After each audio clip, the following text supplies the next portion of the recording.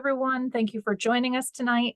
I'm Heather Garside. I'm the curator here at the Paterson Museum, and tonight I am representing our partner organization, the Paterson Museum Foundation, who hosts this series of historical lecture webinars. Tonight's presentation we will get to in a moment, but first I just wanted to mention that the Zoom, if this is your first Paterson Museum Foundation webinar that you're attending, we try and have one of these lectures once a month on various topics related to Paterson history. And next month in January, we're actually going to have the foundation's president speaking on one of the founding fathers of the city of Paterson, Roswell Colt. So that will be a very interesting program. And you can find out more about all of our programs by going on our website, and also, which we will put a link to in the chat, as well as visiting or liking us on both Facebook and or Instagram. We share about all of our upcoming webinars that way. Again, if you're new, or just as a reminder for those of you who've attended before, if you happen to miss a webinar or you liked it so much you want to watch it again, we do have all of our webinars posted up on the museum's YouTube channel, and we will be putting a link to that in the chat tonight as well. So you can always give us a couple of weeks, just in case it takes us a little time to get them up on YouTube. But once we post them, we always provide a link on our social media and let people know that they're up and ready to go on that platform. So we sort of preserve these webinars for those people who are unable to watch them in the real time. Please, if you do like this program, and quite a few of the names on our attendees are returning attendees, so thank you very much for coming back. The Paterson Museum Foundation does this completely for free. All of our speakers do this for us voluntarily. And the whole idea of this, as I said, is to preserve some stories of Paterson's history. But if you like what we're doing here and you feel so compelled, we have put a link to our donation page in the chat for you tonight. So we are going to have Joe Verilla tell us a little bit about Larry Doby. I will say that what we're going to do, the format for tonight, is if you have any questions, even as they occur to you, you can type them, go ahead and put them in the Q&A, please. And we will hold all questions until the very end, and then we will ask Mr. Verilla all at once. And he may answer some of our questions as we go anyway. So without further ado, I'm going to introduce a gentleman that I have gotten to know pretty well here while I've been at the Paterson Museum. Joe Verilla is by far the guy we go to for all questions Paterson baseball, or sometimes just baseball, definitely Larry Doby. But he is really a Renaissance man. He is also a very amazing poet from Paterson, definitely a Patersonian. And without further ado, I will let Joe tell you a little bit more about himself. And Joe, thank you very much for speaking with us tonight. Thank you, Heather. Thank you for helping me out with this presentation. I want to say good evening to everybody. And I'm going to be speaking about the exhibit that I did back in '97 called Larry Doby, Silk City Slugger, first in the American League. Before I start that, I want to recognize that the Cleveland Indians are now the Cleveland Guardians, and we support the removal of all offensive names and images from teams at all levels. And any references here to the Cleveland Indians and associated images are therefore historical only. Let's get started.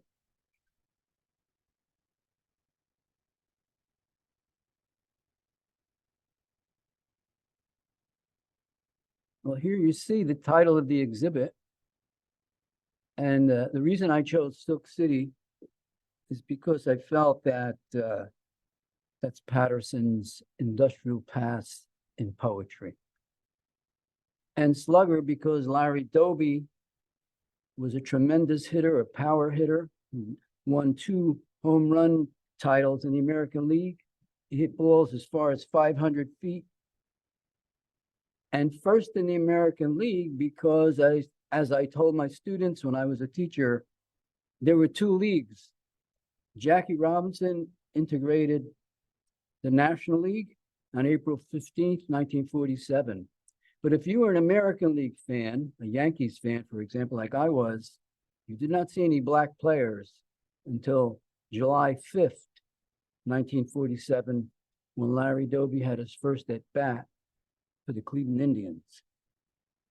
So that's the rationale for the title.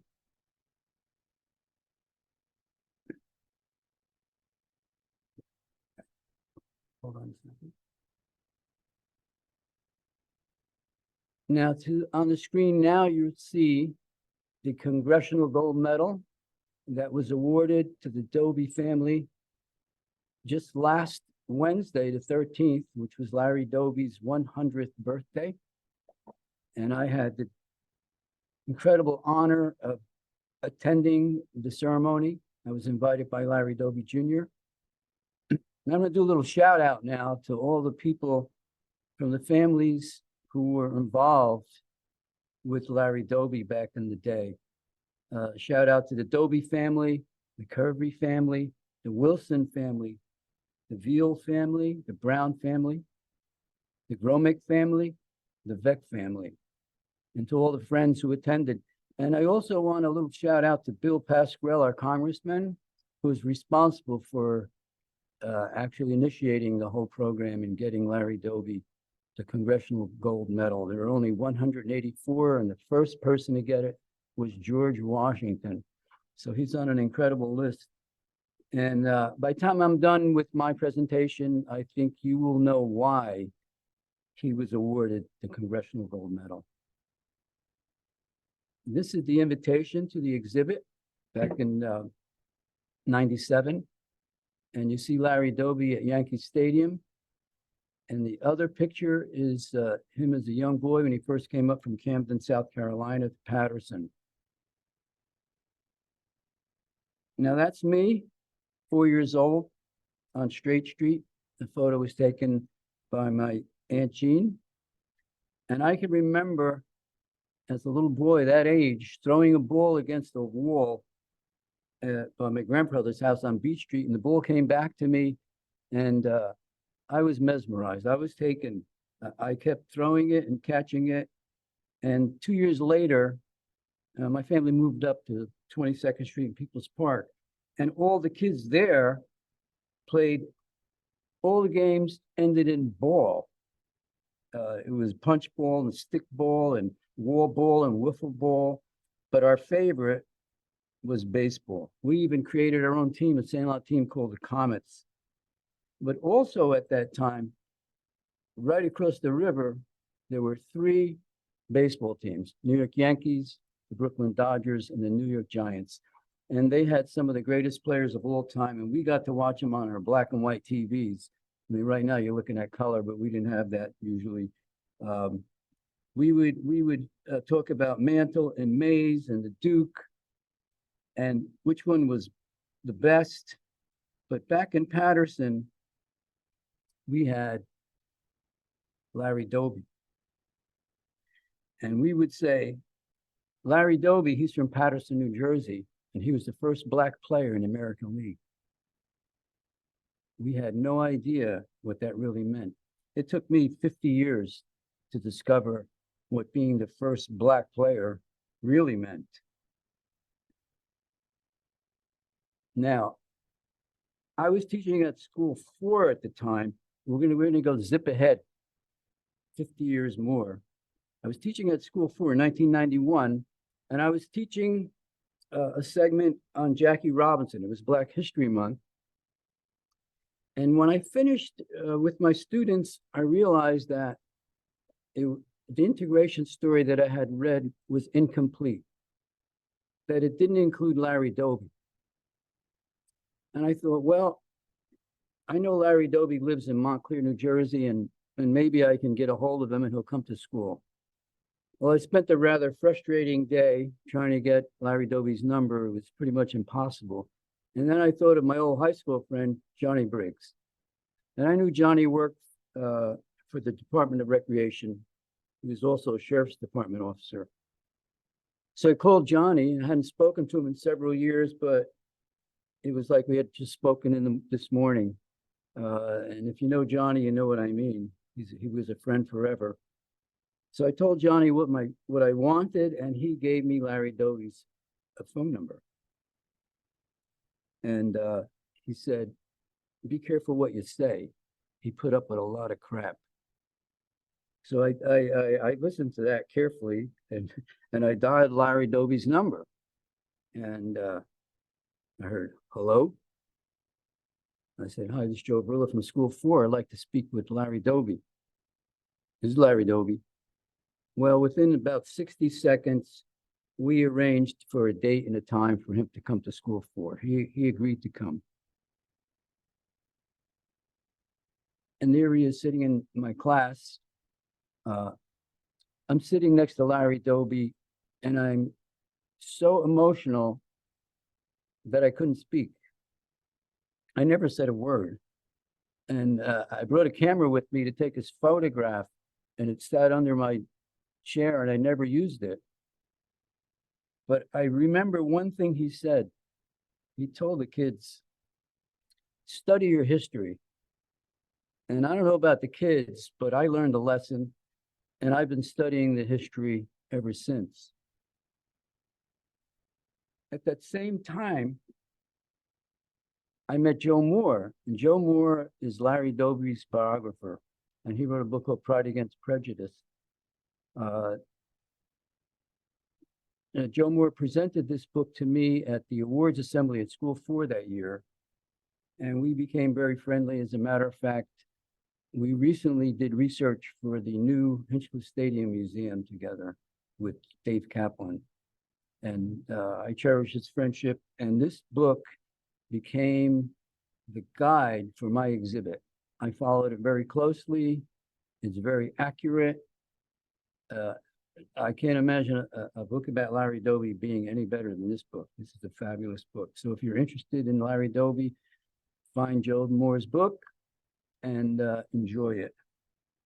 Well, anyway, that was 91. Now, I knew that in 97, it would be the 50th anniversary of the integration of baseball. So I went to the Paterson Museum, and I met with the director of the museum, Giacomo Di Stefano, and I told him what I wanted to do, that I wanted to create an exhibit for Larry Doby to honor him. And he wholeheartedly agreed. And I'll tell you what, if he had said no, I wouldn't be here today. And the story of Larry Doby that I've been passing on to my students for many years probably wouldn't have happened. So I have to give him an awful lot of credit. And we should recognize that. He not only stepped forward and allowed me to do it, he got deeply involved and helped me a lot. Also, Bruce Ballestieri was the curator at the museum at that time, and he was extremely helpful. So you can't do these things alone, and these people need to be recognized, and sometimes they're not. But anyway,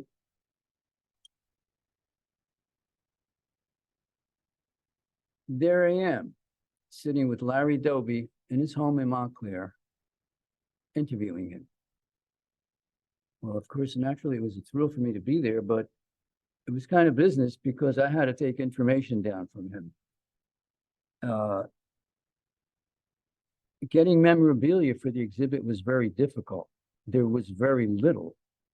And I discovered that immediately. I bought a couple of baseball cards. I went to some shows.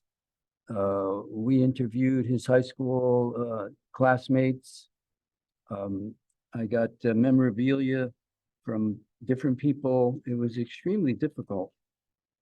People like Barry Halper, well-known collector, donated some things to us, let us borrow things.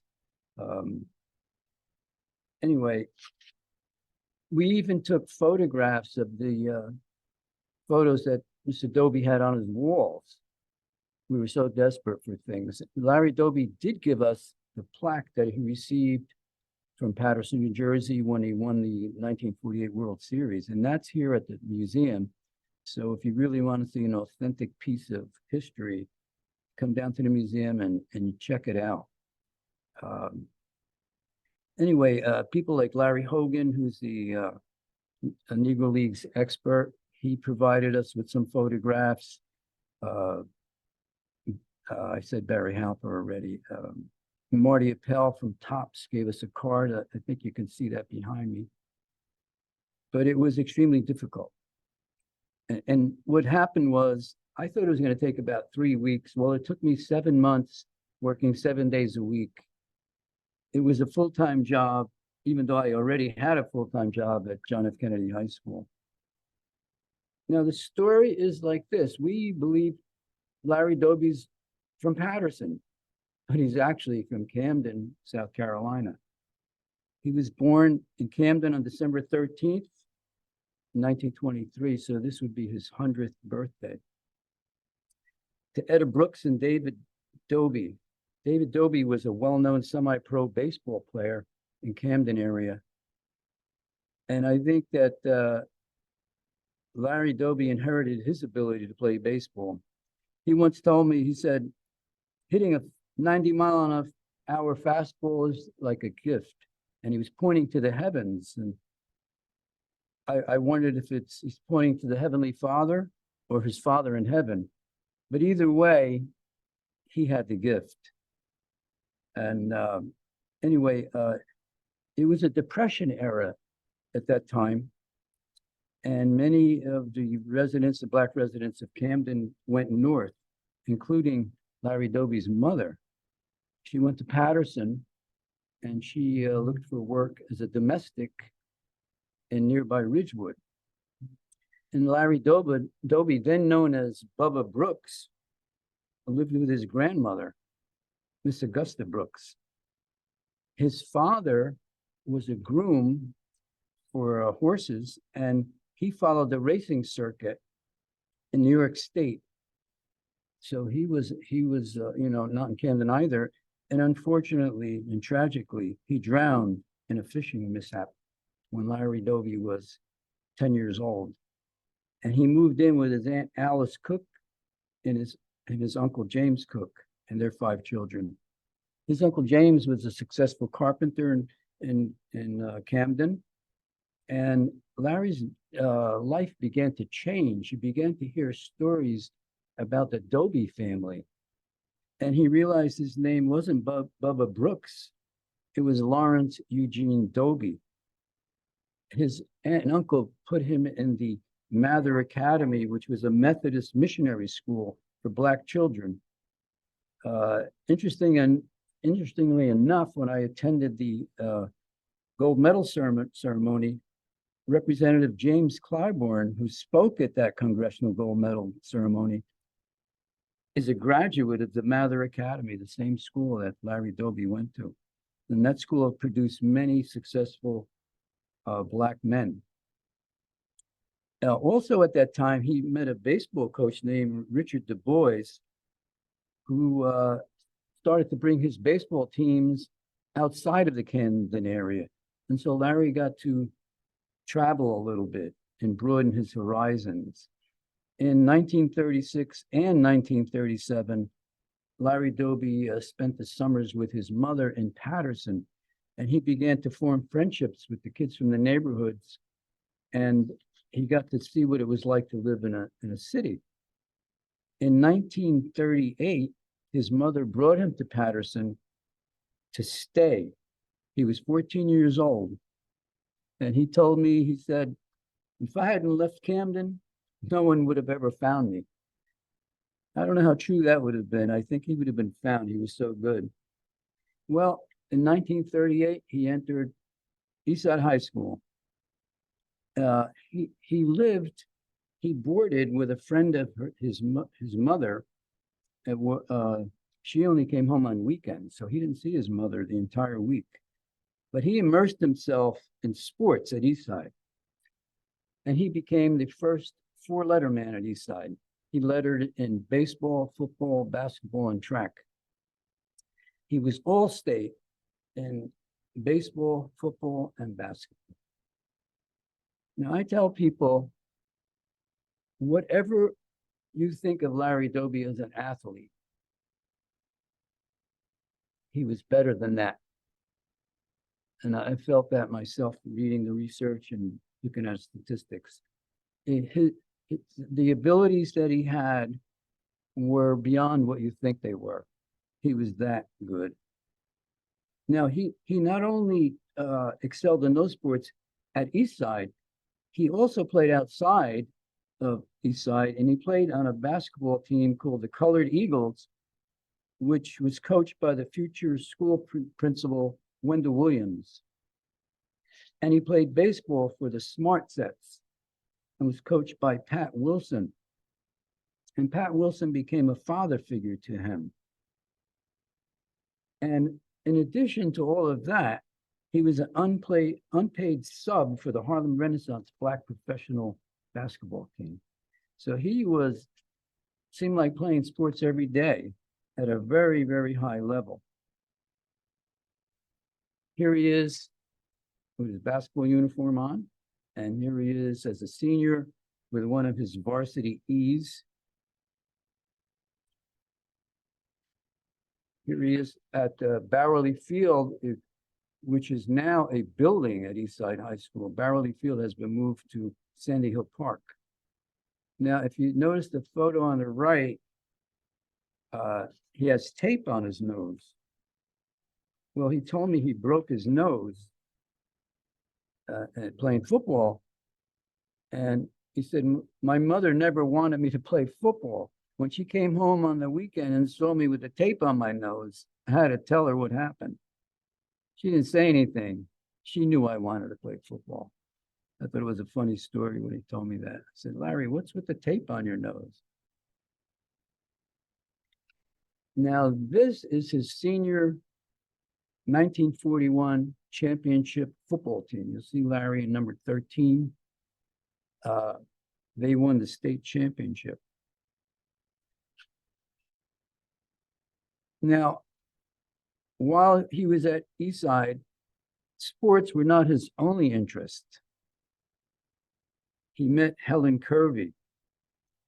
Helen Kirby would become his wife and the mother of their 5 children, Christina, Leslie, Larry Jr., Kimberly, and Susan. She would also become his strongest supporter and confidant during his pioneering career. And she was a bit of a civil rights pioneer herself.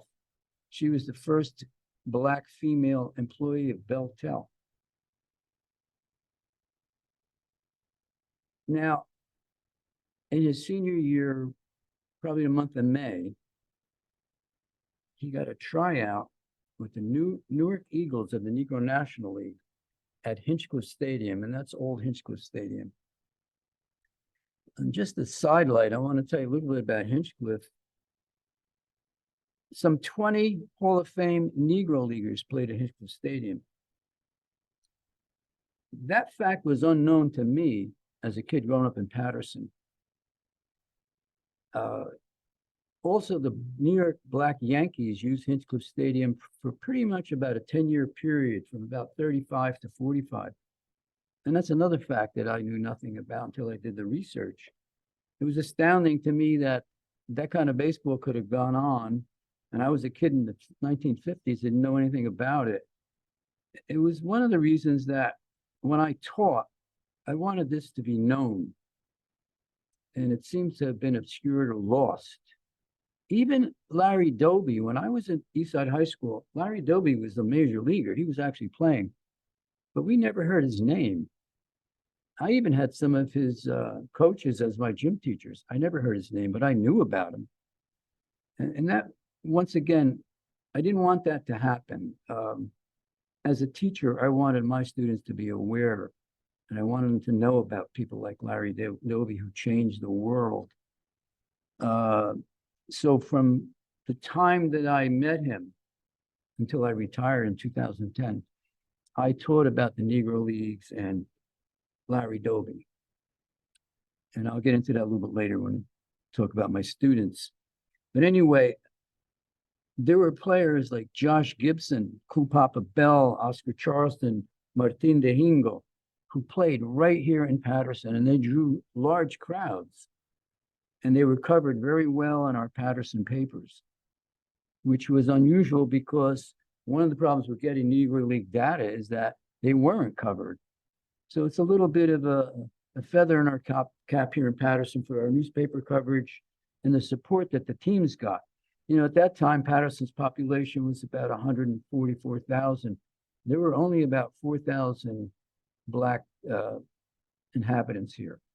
So the crowds that they drew most likely were largely white crowds.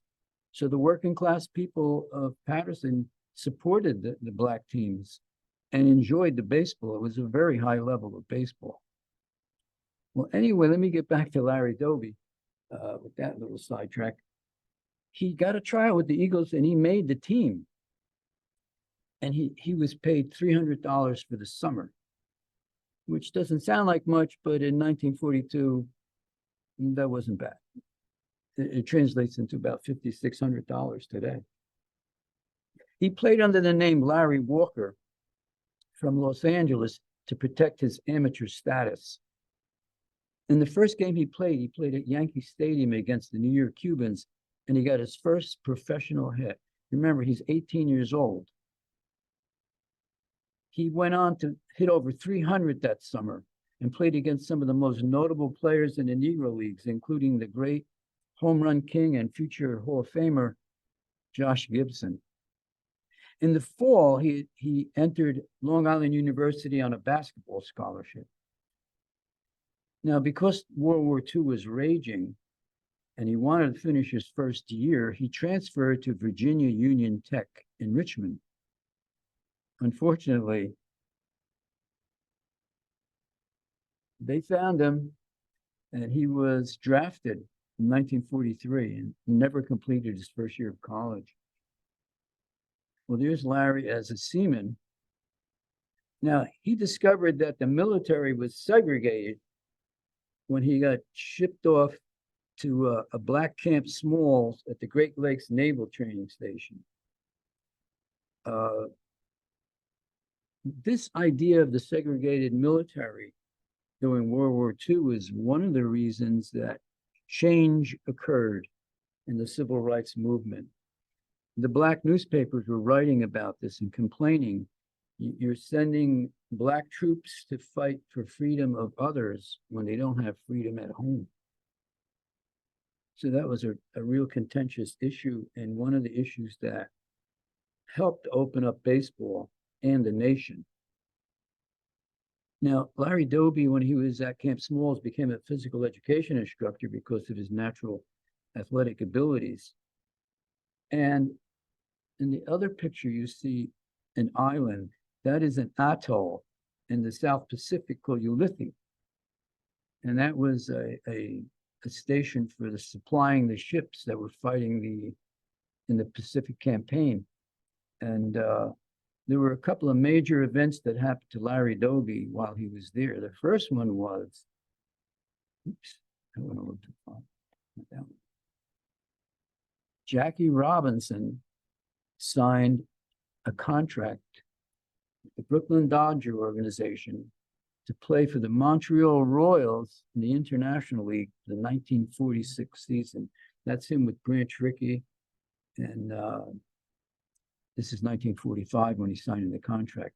And it was the first time that Larry Doby could actually dream of playing in the major leagues. It was something that the Negro Leaguers never did. They didn't want to be disappointed, and they concentrated on what they had, and they had the Negro Leagues. But this changed everything. Now, also, while he was there, he met Billy Goodman and Mickey Vernon. Now, Billy Goodman was a professional baseball player, and at the time he played in the minor leagues for the Atlanta Crackers. And Mickey Vernon played for the Washington Senators in the major leagues. Well, they were so impressed by Larry Doby that they encouraged him to pursue a major league career. They told him, you can do this. And as a matter of fact, Mickey Vernon wrote a letter to the president of the Washington Senators, Clark Griffiths, imploring him to sign Larry Doby. Mr. Griffith never answered the letter. Oops. Now, when the war was over and he was discharged, he and Monty Irvin, his fellow teammate from the Newark Eagles, went to Puerto Rico to play. And Puerto Rico was a pretty high level of baseball because the Negro Leaguers had been going there for many years. and the Puerto Rican players were excellent.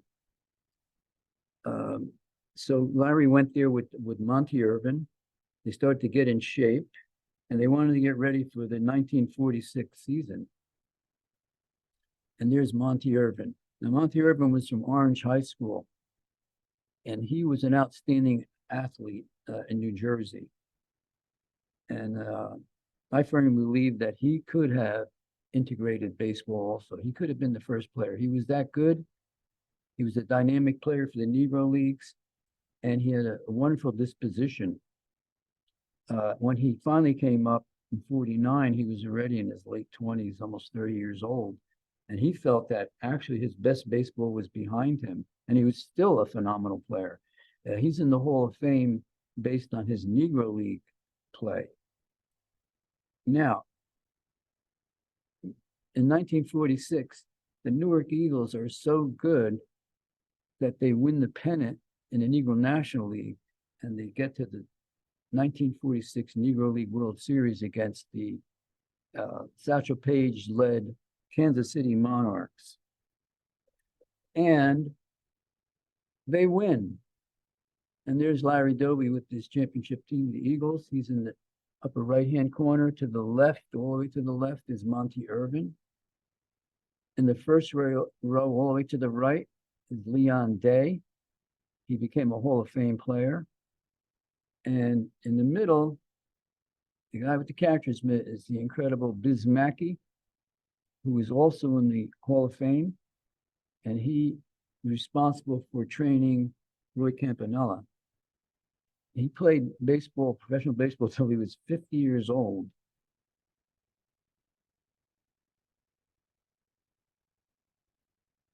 Now here we have Abe and Effa Manley. They were the owners of the Newark Eagles. Now, Miss Manley, Effa, had an incredible background. She was actually a white woman who passed as black. Her mother was in a mixed race marriage, but she was born out of wedlock. And although it's kind of controversial, her commitment to the civil rights movement was not controversial at all. She went full steam, and she was an incredible businesswoman. She challenged all the owners of the Negro Leagues, who were all men, to get the league in shape, to keep your players dressed well, to pay them on time. And she also challenged Branch Rickey, who, when he signed Jackie Robinson, he never paid the Monarchs for his contract. And she accused him of raiding the Negro Leagues because she felt that the Negro Leagues had kept baseball alive in the black community and developed these players, and that he was literally stealing them. She made Rupert Stadium, where the Newark Eagles played, the place to be on Sunday for Newark's black community. They would draw enormous crowds. She made sure during World War II that black entertainers went to entertain the black troops at Fort Dix. She sponsored a junior league team called the Cubs. She was an incredible woman. And the Eagles themselves, between her husband and her, they had 7 players go to the Hall of Fame. Ray Dandridge, Willie Wells, Mule Suttles, Biz Mackey, Leon Day, Monty Irvin, Larry Doby. Just imagine that team alone going into the major leagues. She was inducted into the Hall of Fame in 2006. The only woman so far, anyway, ever inducted into the Hall of Fame. And Mr. Doby said of her, "I'll always be grateful to the Manleys. They gave me the opportunity to play professional baseball." And there's Effa with her mink stole that she bought when she got the money for some of her players. And that's baby Christina being baptized. Effa Manley is Christina's godmother. To the left is Abe Manley.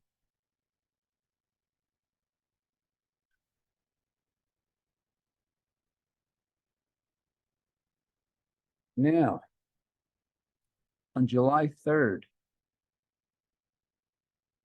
this is 1947, excuse me. 1947, Jackie Robinson plays his first game for the Brooklyn Dodgers on April 15th. In that period, Bill Veeck of the Cleveland Indians was looking for a black player to be signed by Cleveland. And he found Larry Doby. And he approached Miss Effa Manley on July 3rd.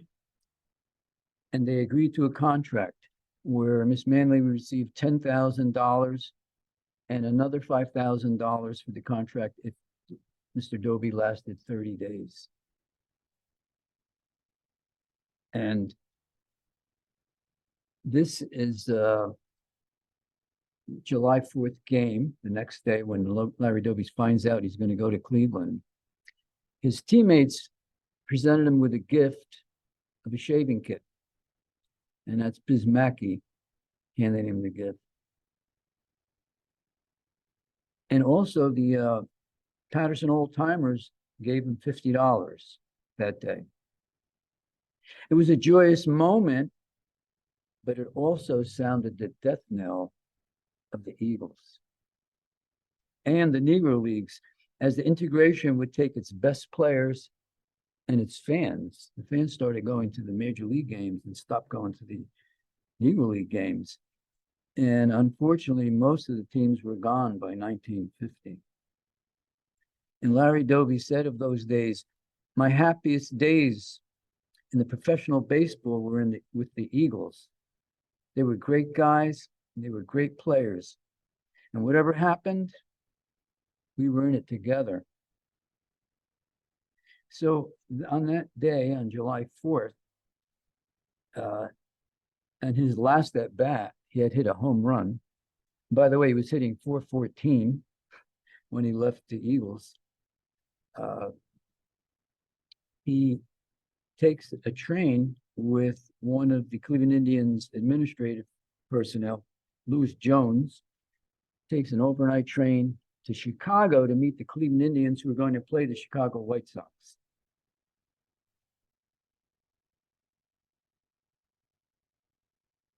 And now he meets Bill Veeck.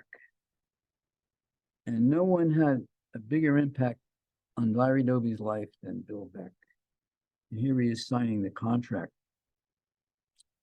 Now, Bill Veeck was an innovative promoter who was despised by the other owners. He signed the oldest rookie ever when he signed 42-year-old Satchel Paige.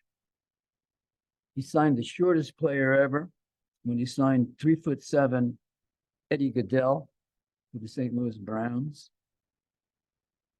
And he and his son Mike were involved in the most controversial and dangerous episode ever in baseball, and Disco Demolition Night, which almost caused a riot and burned down Comiskey Park. But some of his innovations have stuck. And when you see baseball players with the names on the uniforms, that came from Bill Veeck. When you see exploding scoreboards, that was Bill Veeck. And also, he supported free agency. He was the only owner that did that. And unfortunately, because of his support for free agency, when it finally came in, he couldn't afford to pay his players and had to sell the team. But he always did what was right. Remember, he is the owner that paid Effa Manley for Doby's contract when many of the other owners were not going to pay. Larry Doby said of Mr. Veeck, he said, "Mr. Veeck was a fantastic human being. He didn't know what color was." And Helen and Larry Doby chose Bill Veeck to be Christina's godfather. So Christina's godfather was Bill Veeck, and her godmother was Effa Manley. Incredible godparents. Take me out to the ball game. Bill Veeck was inducted into the Baseball Hall of Fame in 1991. And when I attended the gold medal ceremony, I got to speak with Mike Beck, his son. If you want to know something about Bill Beck, please look at the video that's on Netflix, The Saint of Second Chances. And it's a wonderful video about Bill Beck and Mike Beck. And Mike Beck, when we were looking for memorabilia for our exhibit, he sent me a large package. When I opened it up, it was a oil painting of Larry Doby, which still hangs in our exhibit here. So if you want to see a Mike Beck contribution, that's it. Now let's see.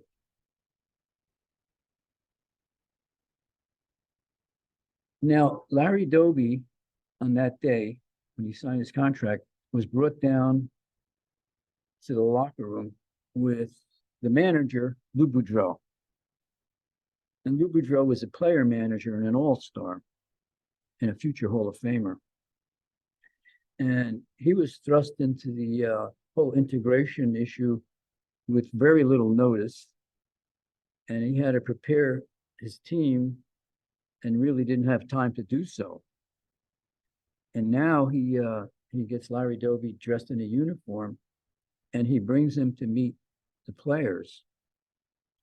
And if you know the story, it's a quite amazing story. Mr. Doby's introduced to the players, and some players shook his hand, but others didn't. He said it was the most humiliating event in his whole life. And something else bothered him too. He said, I don't know how we're going to win if we don't get along. Don't forget, he had tremendous success at Eastside High School with camaraderie with his teams. He had won the Negro League World Series with the Eagles, once again with camaraderie. He used to say, if we can live together, if we can work together, we can be successful together. So the whole idea of a team didn't seem like it was going to ever happen with Cleveland, the way he was being treated.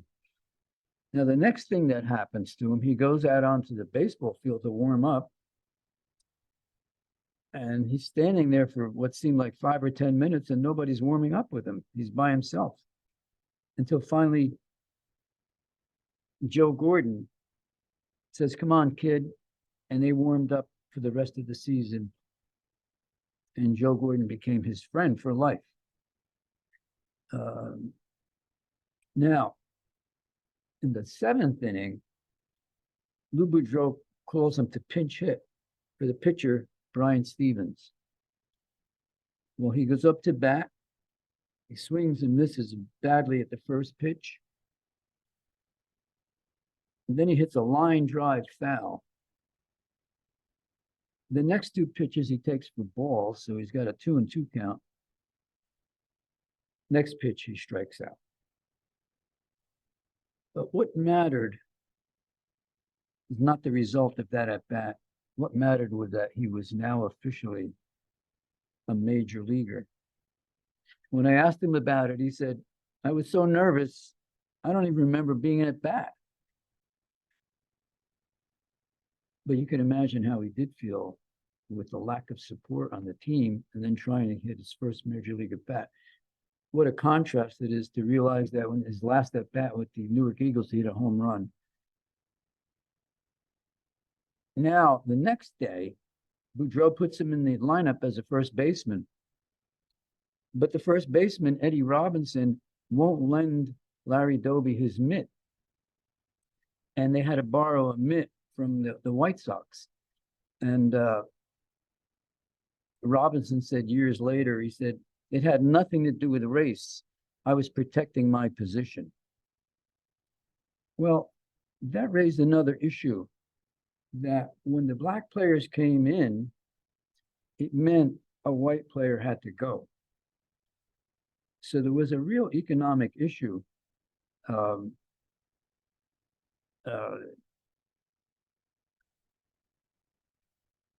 real issue too was that people changed over time.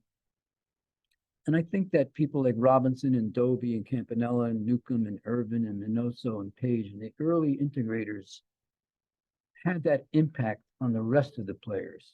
At least you hope they did. And I know Robinson talked about that you hoped over time people would change.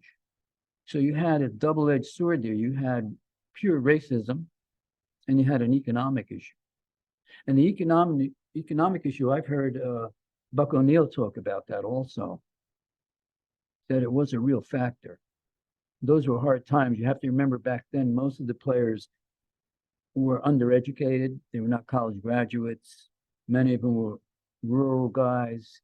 They didn't have much to turn back to if they lost their position. Now, in that first season, this is Larry Doby on his first day in the major leagues. Looking kind of happy, but it had to be traumatic for him. In his first season, he only appeared in 29 games. He had 32 at bats, 5 hits. He hit 156. And he said, you know, aside from the racism, not playing regularly hampered his ability to perform well. He said, I knew I could make it because wherever I played, high school, semi-pro, the Negro Leagues, I played with the best players around. And he said, I hadn't seen anything in the majors that I hadn't seen in the Negro Leagues.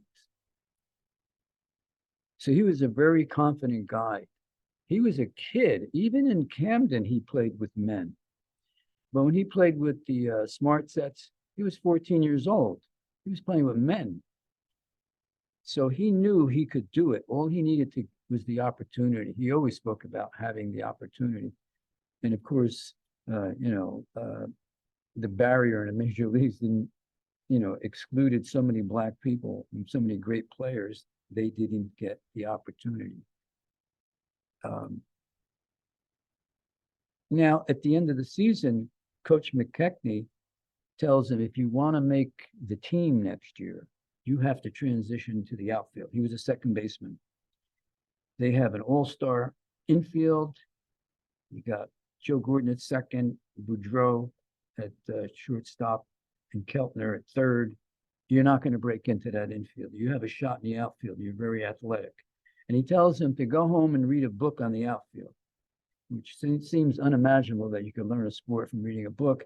But he goes home and he takes a book out of the library called How to Play the Outfield by Tommy Heinrich. In the interim, to stay in shape, he plays basketball for the Paterson Crescents, integrating the American Association. The most famous player on that team was Chuck Connors, who was on a TV show at the time called The Rifleman, or later, 2 years later. But anyway, that's what he does. Now he reports to spring training in Tucson, Arizona. And he discovers that the town is a segregated town. And he has to confront the Jim Crow laws that are present. First thing that happens is he can't stay with the club and the rest of the team members at the Santa Rita Hotel. And he had to live with a Black family. Then he couldn't eat at the restaurants. He couldn't take a taxi. There were racial epithets. It was pretty uncomfortable. He only felt comfortable at the stadium while he was practicing. But once he left, he had no opportunity to hang out with the ball players, talk over games, talk over strategies.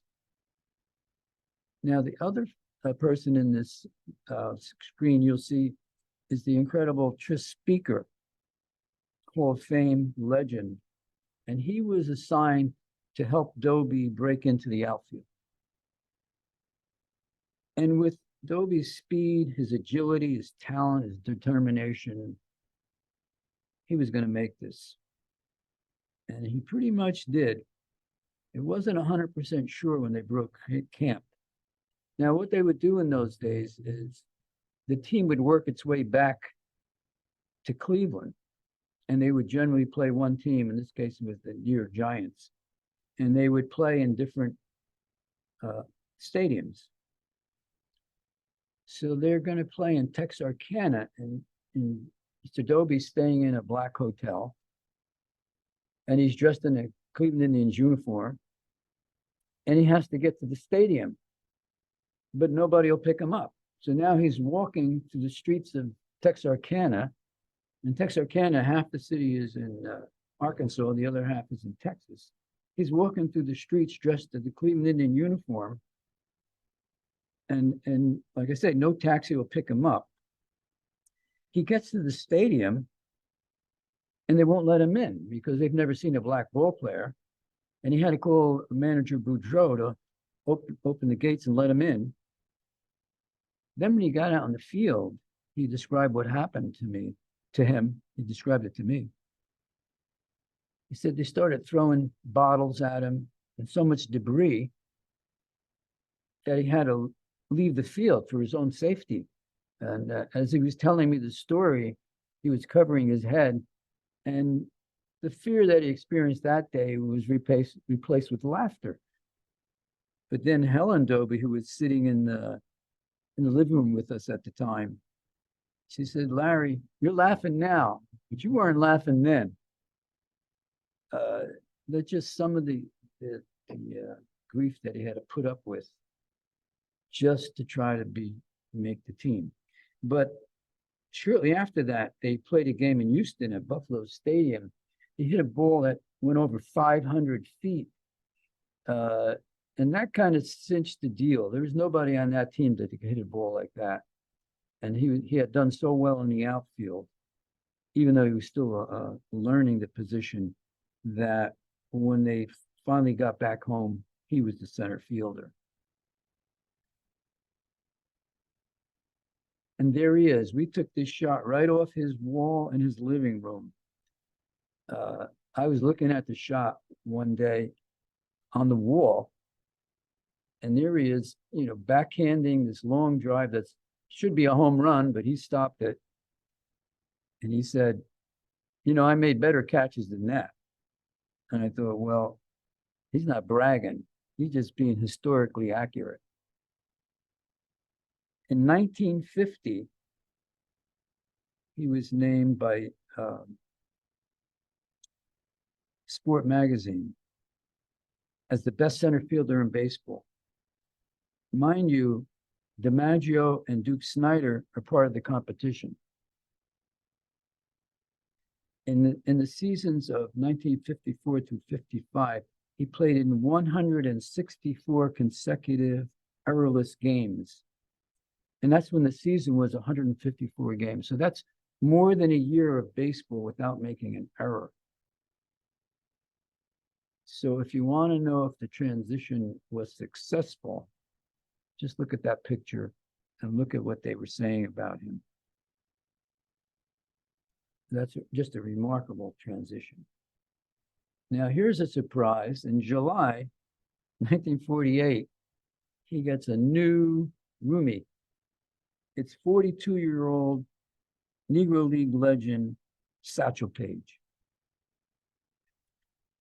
Now, Paige had barnstormed against white major league teams. He'd pitched in Latin America. He even pitched in an integrated team in Bismarck, North Dakota. He was a consummate showman.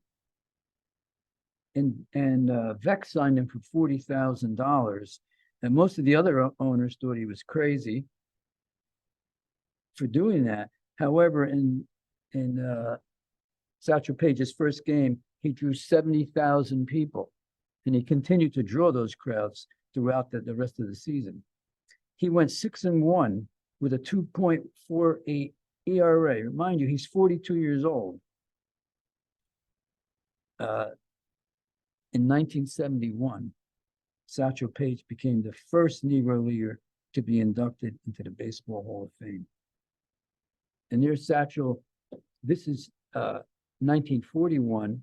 He played one game for the New York Black Yankees.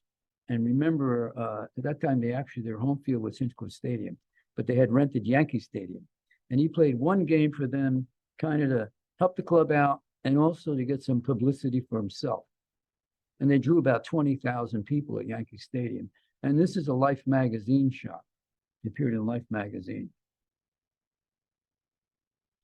And that's his 1949 Bowman baseball card. Cleveland Indian, Leroy Satchel Paige. Now, 1948, remember, this is Larry Doby's rookie year. The team plays extremely well, and he excelled. In the final 20 games of the year, he hit .396 and led the team. He finished the year with a .301 average with 14 homers, 83 runs, and 61 RBIs. But they hadn't quite finished the year because they ended in a tie with the Boston Red Sox, and they had to play a one-game pennant, a playoff, and the Indians won 6-3. And he hit 2 doubles in that game. Now they go to the World Series. And if you look to the left, you see the Cleveland Indians, and Larry Doby's in the last row, and Satchel Paige is in the second. If you look at the Boston Braves, there are no black players on that team. That's what the major leagues used to look like before Larry Doby and Page and Robinson. The Braves integrated in 1950 with Sam Jethro. There's Larry Doby sliding into second in game 2 with a double.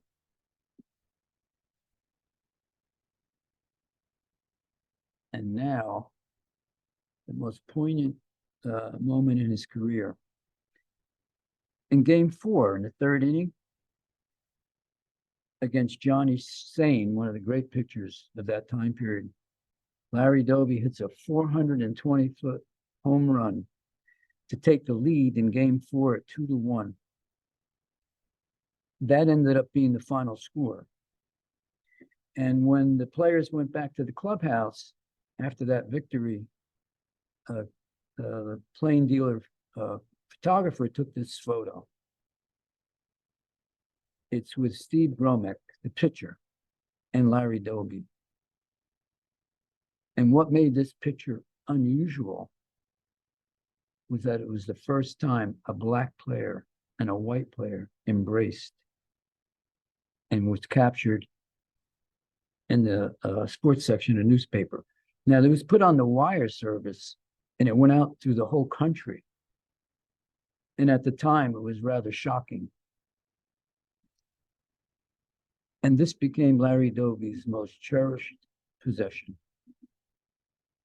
And he enjoyed that photograph for its humanness. And I had the pleasure last week of meeting Steve Gromek's wife. She's 98 years old. And it was such a wonderful moment. You're going to see her photo later on. So Gromek is one of the people that Larry Doby had a very close relationship with and who helped him during the most difficult times. And here they are after they won the World Series. There's Larry Doby in the middle.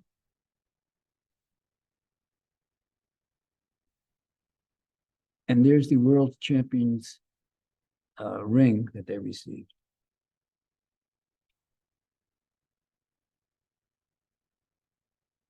Now, here he is back home, reading the Paterson Evening News. 4-3 win gives Indian the series.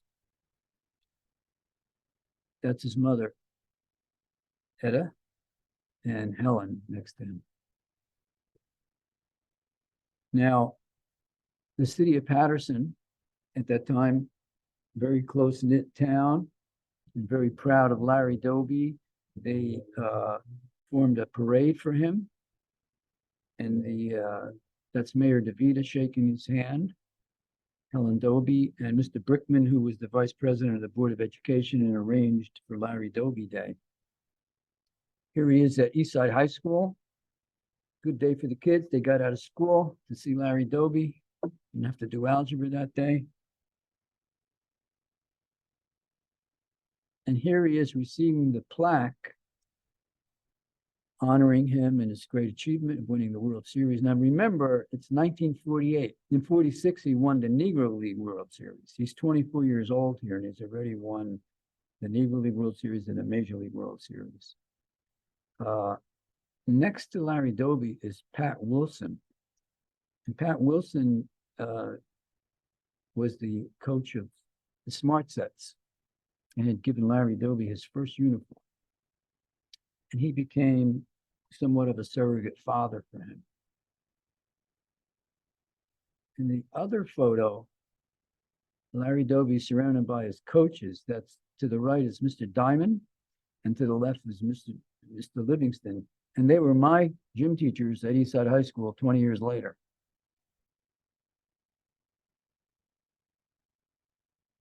And here he is with Chuck Jameson. Now, who's Chuck Jameson? Well, Chuck Jameson, born in Paterson, he was a Cleveland Indians player, and he won the 1920 World Series with Cleveland, hitting .333. He is a lifetime .303 hitter in 18 major league seasons. In 1923, he won the American League hit title with 222 hits in a season. In 1924, he batted .359. Just think of that today. But he was second to Babe Ruth, of course, who batted .378.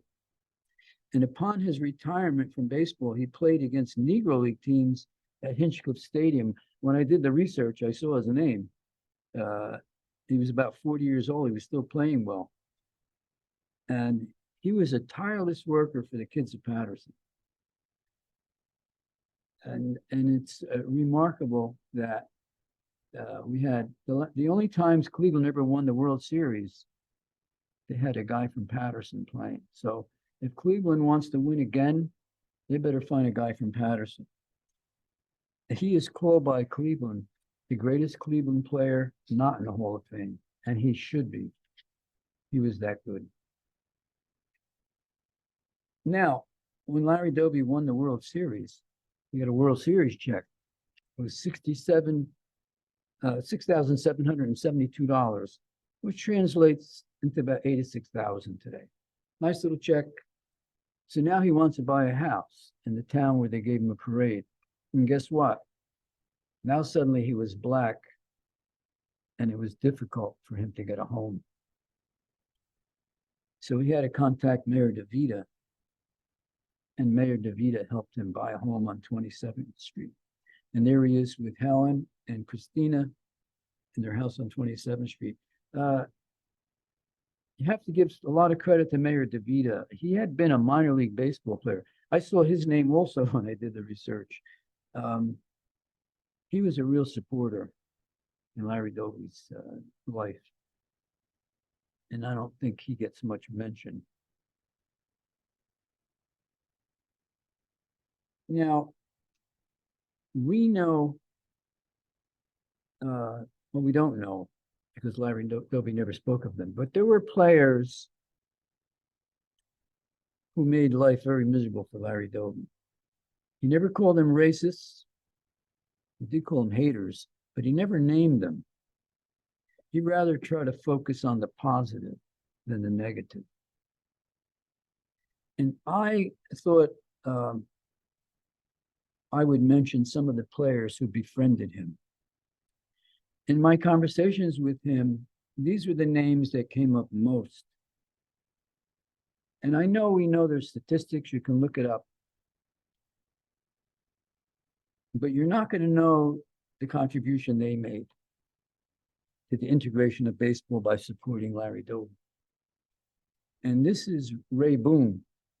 You might not know him, but you might know his grandson, Aaron Boone, who manages the New York Yankees.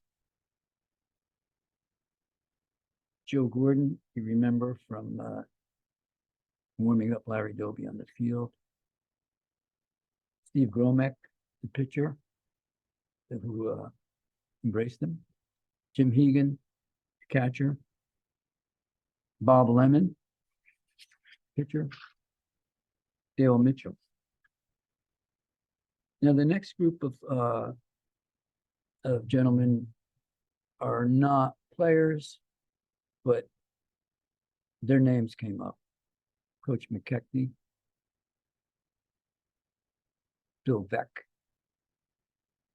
Abe and Effa Manley. Not Buffalo yet. Now, the next group are players that came up in the literature. They've been on videos, who always spoke positively of Mr. Doby. Now, I named some players earlier. And they're the names that came up in our conversations. I'm not saying that there weren't others, and I certainly apologize for anybody I left out. Here are the players that came up in the literature. Bob Feller, Hall of Famer. Al Rosen. Al Rosen had his career cut short because of injuries, but he was a fantastic player. I remember him playing. He almost won the Triple Crown in '53 on the last day of the season. Mickey Vernon, Larry Doby's Navy buddy, got 2 hits to beat him by 1 point in his batting average. Otherwise, Al Rosen would have had the Triple Crown. Coach Mel Harder, Lou Boudreau, the manager, and the vice president, Hank Greenberg. Hammer and Hank Greenberg, tremendous player. He was one of the first major leaguers to join the military in World War II. And he lost 4 years of his baseball career. Now, there were other people, not Cleveland Indian players, but you might know them. Yogi Berra, always a supporter of Larry Doby and integration. He's his neighbor from Montclair. They were very friendly throughout their lives. Their kids grew up together. And the Berra family, all the members were at the award ceremony last week. And this is the scooter, Phil Rizzuto. He sent this to us for the exhibit, and it said to Larry Doby, who should be in the Hall of Fame. Remember, when I did the exhibit, Larry Doby was not in the Hall of Fame. So holy cow, your friend, Phil Rizzuto. And Ted Williams. Ted Williams, at his Hall of Fame induction, urged the Hall of Famers to include Negro League players. So he helped open that door. And of course, Billy Goodman and Mickey Vernon, they came even before baseball, when they were sailors, and it was unimaginable to them at that time that one day Billy Goodman, Mickey Vernon, and Larry Doby would actually be teammates and actually be on all-star teams together. And Larry Doby never forgot them. He said they were great players and they're great human beings. He talked about Mickey Vernon when he came back from the military in '46 and joined the Eagles. Mickey Vernon sent him a gift of some bats. Larry Doby said it was a gift I'll never forget. And when I was in the home of the Dobys talking about the 2 players, Helen Doby summed up Billy Goodman in one word. She said, Billy Goodman was a sweetheart. Now, this is kind of strange, right? What is this? Well, when we were designing the exhibit, we decided to paint the floor in the shape of a stadium.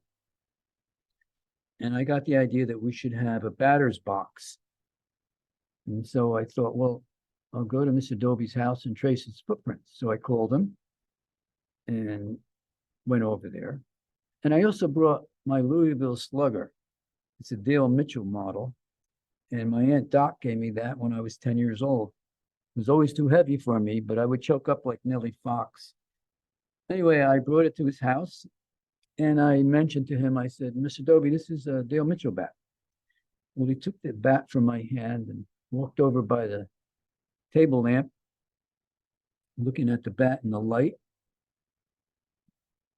And time went by and more time went by until finally Helen Doby, who was there, said, Dale Mitchell was one of the people that befriended Larry when he first came. So I realized that he wasn't reading. He was remembering. The reason I had come over seemed trivial in light of that. And Dale Mitchell had passed away also. Well, anyway, I got the job done. I got him to stand there in that famous posture of his, holding the Dale Mitchell bat, traced his feet, and there they are. And eventually they made it to the exhibit. Now, when the Cleveland Indians won the World Series, they had a parade in Cleveland. And there's Larry Doby with Dale Mitchell. So there were many people in his life that had a positive impact. And I just thought that they should be remembered. I don't think I did that good of a job of remembering them when I first did the exhibit, but in my research, it seemed like a very powerful part of his life that these people helped him integrate the American League. Now, here's a photo that was on Larry Doby's wall. And when I first saw it, I couldn't believe it. It's the 1949 All-Stars. That's Roy Campanella, Larry Doby, Don Newcomb, and Jackie Robinson. And of course, my first thought, and if you know anything about baseball, you'd have a similar thought. How much would you pay these guys today? Roy Campanella started playing professional baseball when he was 15 years old for the Atlantic City team, back ranks. By the time he was 16, he had quit school and was playing for the Baltimore Elite Giants. He'd been playing 9 years before the Dodgers finally signed him and sent him to the minor leagues, which I thought pretty unnecessary. He was a dynamic player. But he ended up being a 3-time MVP. He won the 55 World Series. He's just one of the greatest catchers of all time. Same thing for Don Newcomb. Don Newcomb came up from the Negro Leagues, and he played a few years in the minor leagues. He won the Cy Young Award, MVP. He never won a World Series game, but he went 27-7 in 55 and 56. And then, of course, Jackie Robinson, one of the most dynamic base runners of all time. When he got on base, he would disrupt the entire game. And I remember watching in 1955 on black and white TV, Jackie Robinson stealing home, and Yogi Berra was beside himself. 50 years later, I had occasion to go to the Yogi Berra Museum and talk with Yogi. I got to know him. And one day I was staring at the mural of Jackie Robinson sliding into home. And I caught Yogi out of the corner of my eye. I was going to say hello. And when I turned and looked at him, he said, he was out. So he never believed that Jackie Robinson had stolen home. And here you have Larry Doby at Yankee Stadium. The people of Paterson had organized Larry Doby Day, and they burned his mortgage. And he's there with Mayor DeVita, Mel Allen, the announcer, Joe Guter from the Paterson News. This is Lou Boudreau with Hank Greenberg.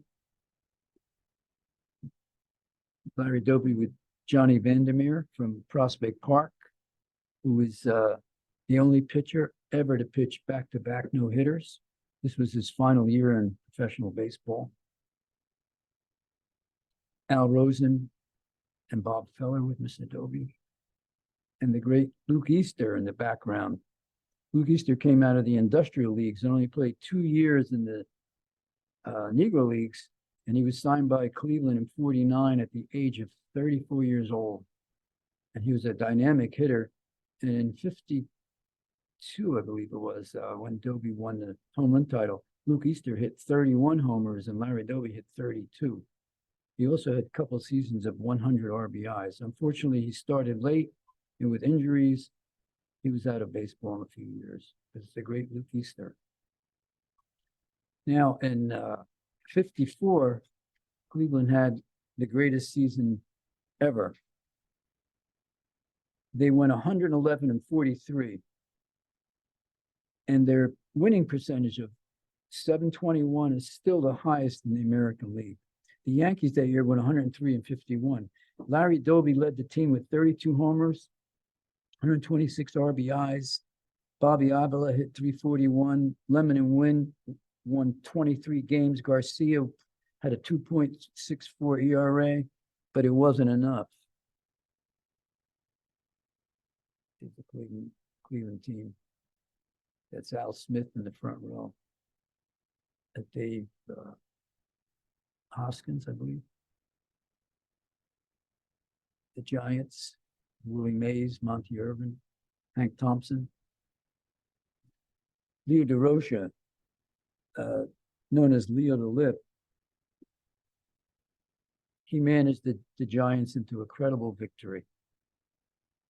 There it is. It's Willie Mays making what has become known as the catch. Nick Wirtz hit a shot 460 feet in center field. I remember seeing this on television live, and you couldn't believe the catch. And it broke the back of the Cleveland Indians. Larry Doby was on second base. Al Rosen was on first. And Mays turned around, fired a ball to the infield, and they barely made it back. And then there was Dusty Rhodes. Dusty Rhodes, he hit a 3-run, 270-foot home run, probably the shortest home run ever in a World Series game, in the 9th inning to win the game. He singled and homered in game 2, and then he singled with the bases loaded in game 3. And the Giants had won the first 3 games. In game 4, they jumped out to a 7-0 lead with 2 RBIs by Doby's former Eagles teammate, Monty Irvin. And the impossible happened. The Giants swept Cleveland. Mr. Doby said, "We played so hard all season trying to stay ahead of the Yankees and set their record. We had nothing left. Except for Wirtz, we were a tired ball club." Here's Monty Irvin, the great Monty Irvin. Now, at the end of '55, Mr. Doby's traded to the White Sox, where he tends to do pretty well, but he starts to get some injuries and gets less time.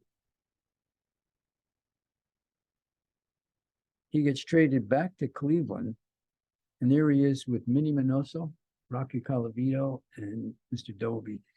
Minnie Minoso last year was inducted into the Baseball Hall of Fame, finally. He was the first Afro-Cuban to break the color line. And he did that in '49. He's also in the Cuban and Mexican Hall of Fames. And in that year, he had 24 home runs, and Colavito hit 41. He had a lifetime .374. He was another tremendous player with a rifle arm.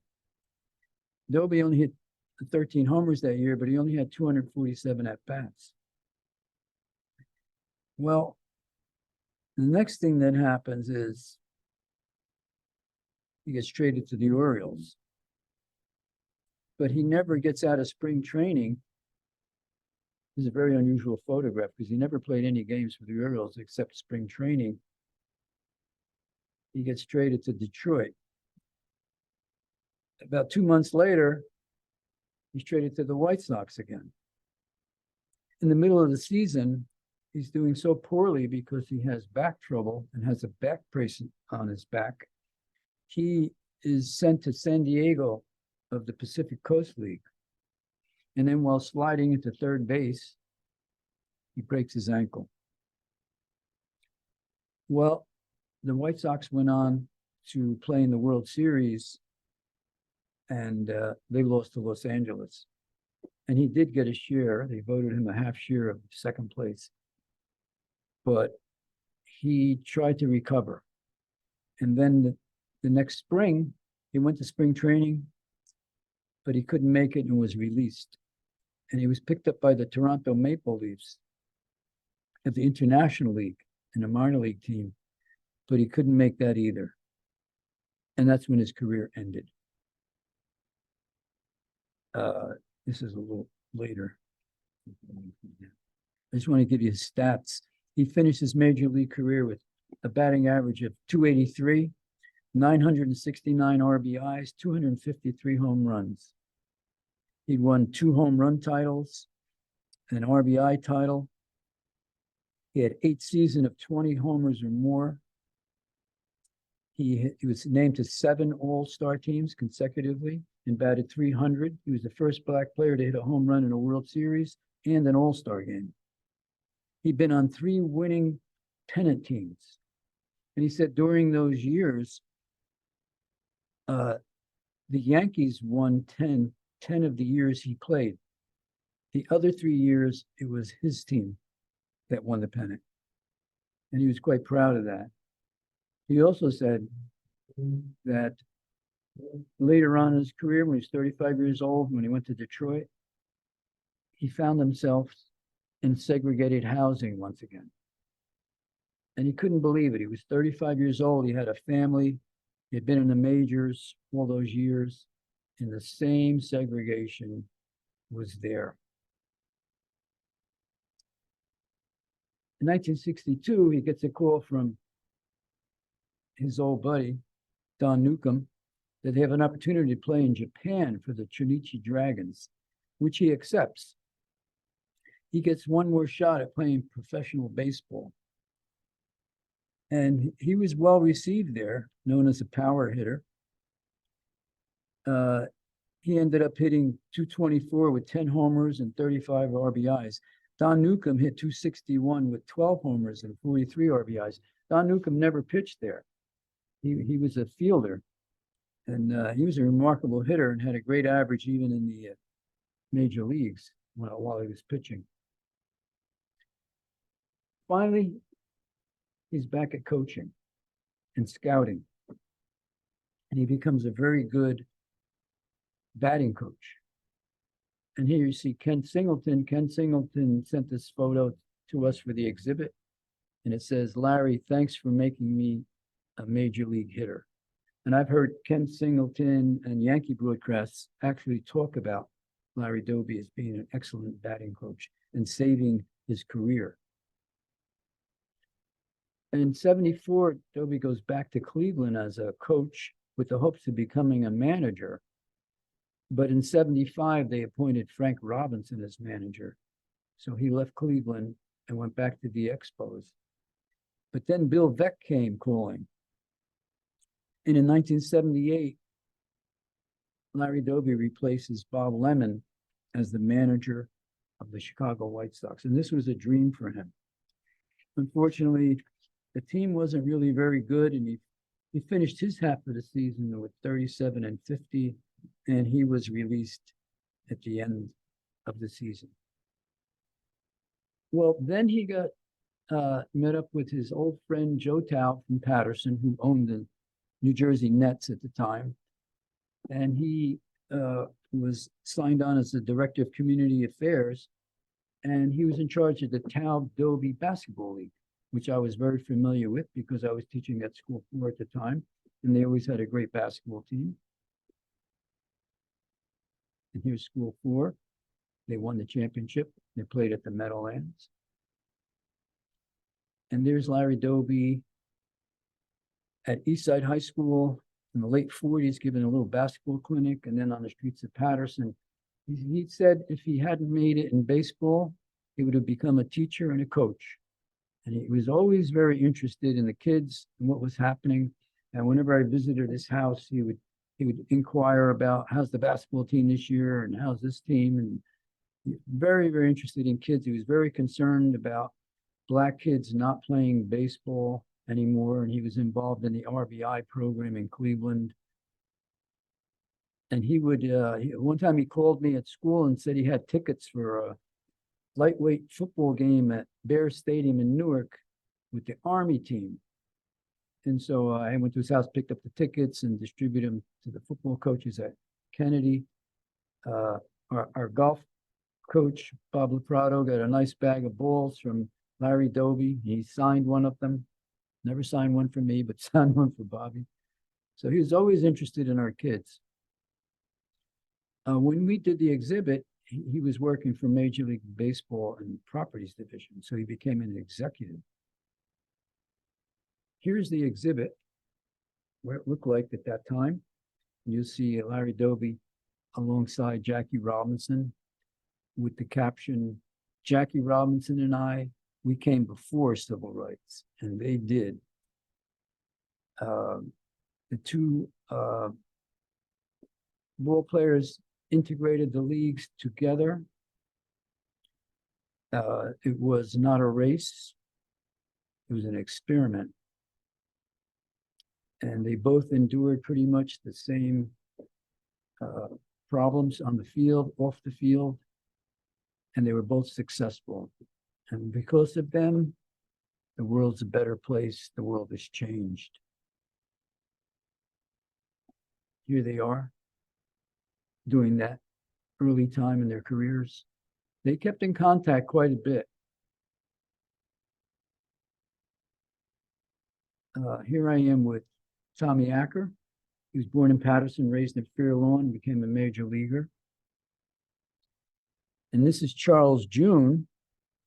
Charles June was one of the people that helped us with the exhibit. He brought in the first photographs we had of Larry Doby in Paterson.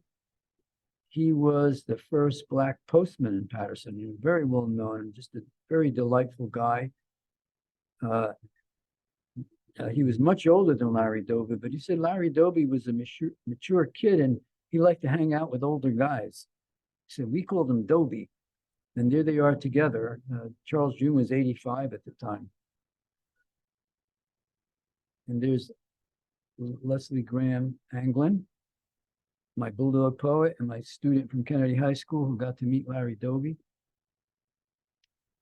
There's the principal of Kennedy High School, Rich Garabell, who is very supportive of my work with Larry Doby and the exhibits.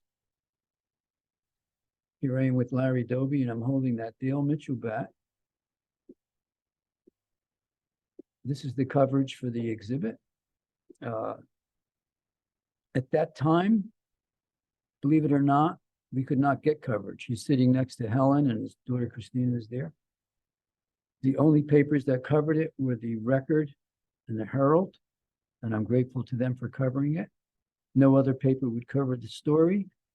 They were not interested in Larry Doby at that time. No TV cameras came here, but that has changed dramatically. Throughout the years, you see him mentioned in videos, magazine articles, everything. And there are the footprints, how they looked when they were painted on the floor. There's the East Side section that we had. This is Peary Thomas. Peary Thomas is a famous poet from New York City. He wrote Down These Mean Streets. He had come to Kennedy High School and worked with my students. And he was very interested in the Negro Leagues, and he was a big supporter of Larry Doby, and he wanted to see the exhibit. He used to call me Mi Negrito. He was such a wonderful person. Here I am with my students. These are ESL students. They're from Bangladesh and Turkey, Dominican Republic, Peru, Palestine, and they all know about Larry Doby. All my students knew the first 5 Black players in 1947. Robinson, Doby, who's next? Willard Brown, Hank Thompson. Number 5, Dan Bankhead. Every student I had knew that. Here's Jessica Serrano from the Dominican Republic. I had my students write letters to Mr. Doby, and I told him I would deliver it to him before July 5th, and I did. And the letters were in the exhibit, and you could read them. There's a letter from Elise Taskin, Beauty Hanan, Hector Vizcarra, Manuel Sea. Here are other groups of kids visiting, all ages, some kids from East Side, various schools. The exhibit was the best attended exhibit in the history of the Paterson Museum. It was up for a year and a half. And now there's a permanent, smaller version of it. Now, there are some awards that followed. And there's Larry Doby when they named the Paterson Post Office the Larry Doby Post Office. And that was the year of the exhibit, 1997. Eastside High School in 1998 put up a plaque for Larry Doby. That's in there. And here he is at the Hall of Fame in 1998. Unbelievable, but true. You know, when I first finished the exhibit and I stood in the middle of it, I couldn't believe that he was not in the Hall of Fame. Just his statistics alone. And you have to remember, those statistics were created under enormous pressure and very little support. And he still was able to achieve Hall of Fame credentials. So once again, when you think of how good he was better than that.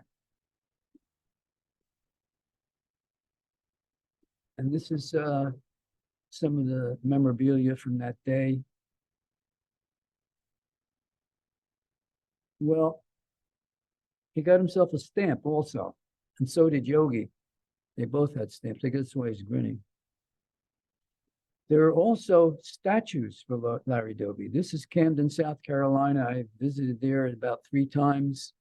There's a statue and a sports complex. And the sports complex is extremely impressive. It's huge. And this is Cleveland, in front of Jacobs Field. There's Larry Doby Jr. in the background. And this is Paterson, New Jersey. Larry Doby Field to the left and his statue to the right. And this is at the dedication of the field. You see Christina Doby, Larry Doby Jr., Mr. Larry Doby, and his friend Joe Taub and his wife. And that's me to the right, 25 years ago. And there is it on the field with Yogi Berra. And this is what the gold medal looks like. You see Steve Gromek with Larry Doby embracing each other. And the other photo is at Hinchcliffe Stadium, where he got his tryout with the Eagles. So it's fascinating. And this is from the gold medal presentation. That's Mike Johnson, the Speaker of the House, handing the medal to Larry Doby Jr. And to the right is Congressman Pasquarel, who initiated this whole thing. And this would not have happened without him. We have to give him a lot of credit for that. And that's me in the middle with Larry Doby Jr. holding the medal. That's me to the left. And to the right, Mrs. Steve Gromek, 98 years old. Now, Joe Moore, Dave Kaplan, and myself have been trying to get Major League Baseball to take number 14, and on July 5th of each year, all the players would wear it. So far, we have been unsuccessful. There you see Terry Francona from Cleveland Ball Club. He tried to do that this year, And it says he was barred from players wearing number 14. If you go on YouTube, you can see him talking about that. He was extremely upset. I talk about it on a CBS program called Second to None. It was a celebration of Larry Doby. Joe Moore talks about it on that video. Bob Kendricks in the Negro League Museum talks about it. And I talk about it. And we want to have number 14 used by every player in the American League on July 5th. I mean, my reasoning for that is not only just to honor Mr. Doby, but to make it a teaching experience. It's not just a number between 13 and 15. When you wear that number, there's an enormous meaning behind it. And I want kids to ask that question. Why are they wearing 14?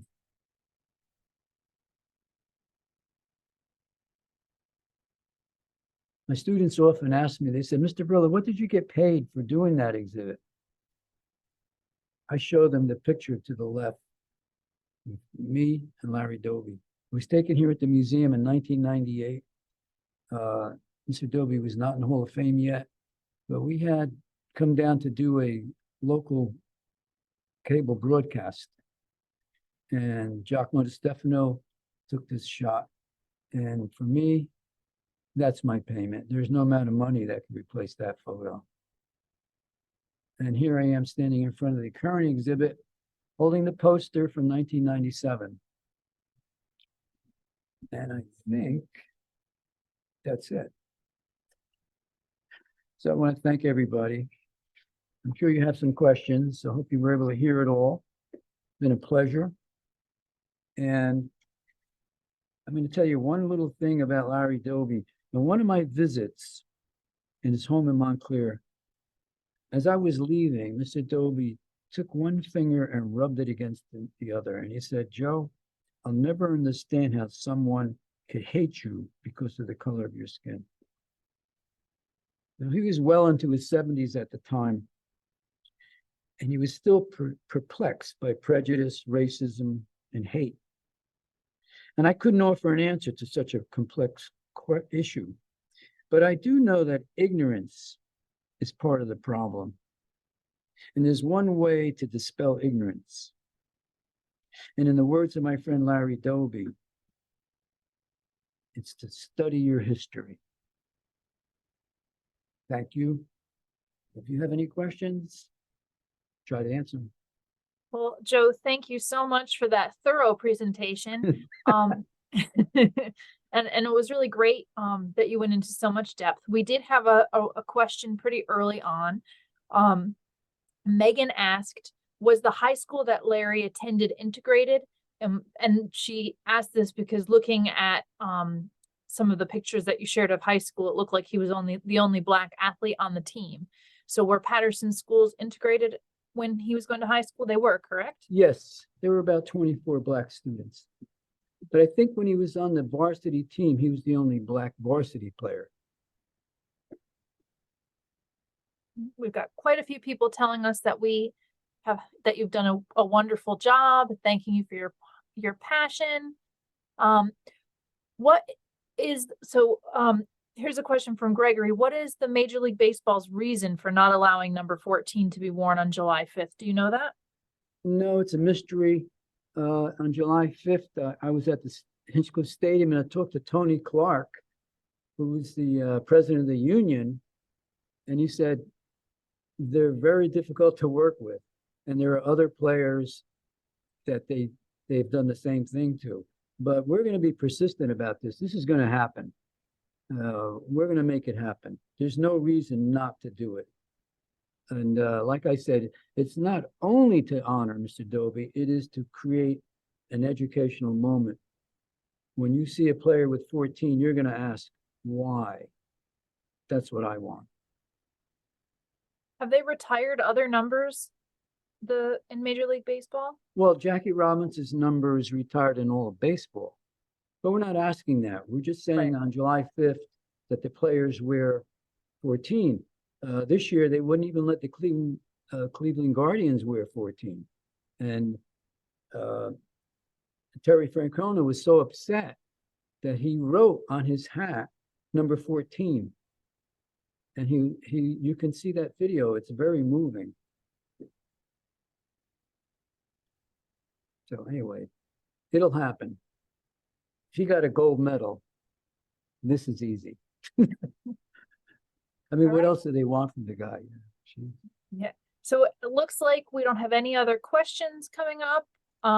See, you answered everything so thoroughly. No one has any questions. Well, we're going to give them a quiz, I think. Yes, everyone, there will be a quiz arriving in your email. Name the 5 Black players in Major League Baseball in 1947. Go. Well, I want to say thank you to everyone who attended. Obviously a big thank you to Joe for his very thorough presentation about Larry Doby. It's fantastic to have this as an addition to our ongoing webinar series.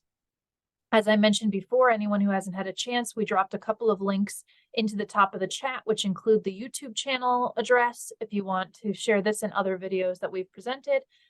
We also have the page for donations to the Museum Foundation on there as well. Our next webinar, if you are interested, is going to be on January 9th in 2024, and that will be about Roswell Colt, the greatest of the Colts. And as I said earlier, that'll be presented by the Museum Foundation's president, Glenn Corbett. And then our next presentation after that will be February 6th, which is going to be Paterson's Forgotten Automotive Industry, the story of Everett Abbott Cooper. And that's, he's the founder of the Paterson Vehicle Company. So that should be a very interesting program as well.